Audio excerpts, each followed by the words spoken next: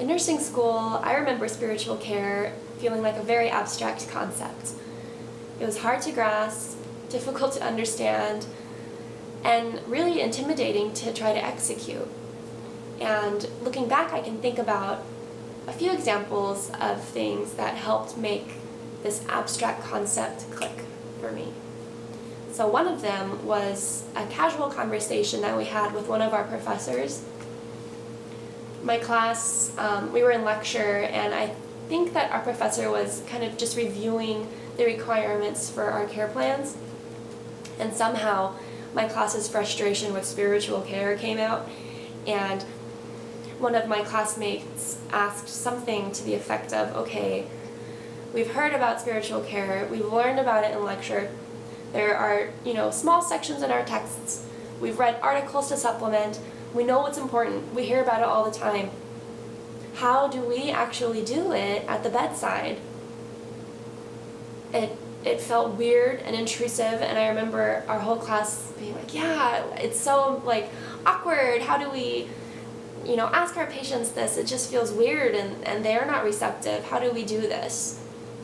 So thankfully our professor recognized that this was a struggle that we were having, and kind of stepped out from behind the podium and had a side conversation, like a side note that we've been waiting for since nursing school started.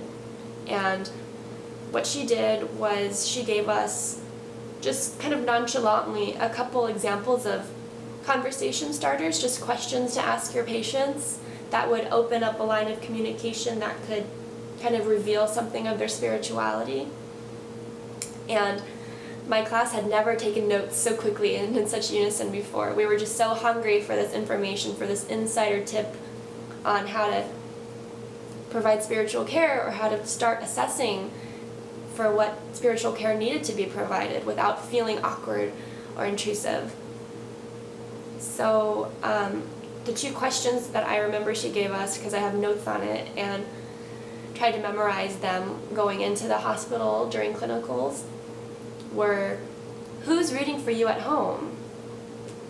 And what would you be doing today if you weren't here in the hospital?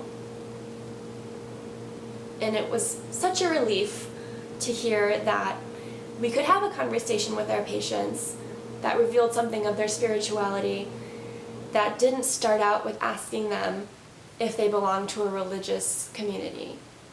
It was a huge turning point for me in my understanding of spiritual care.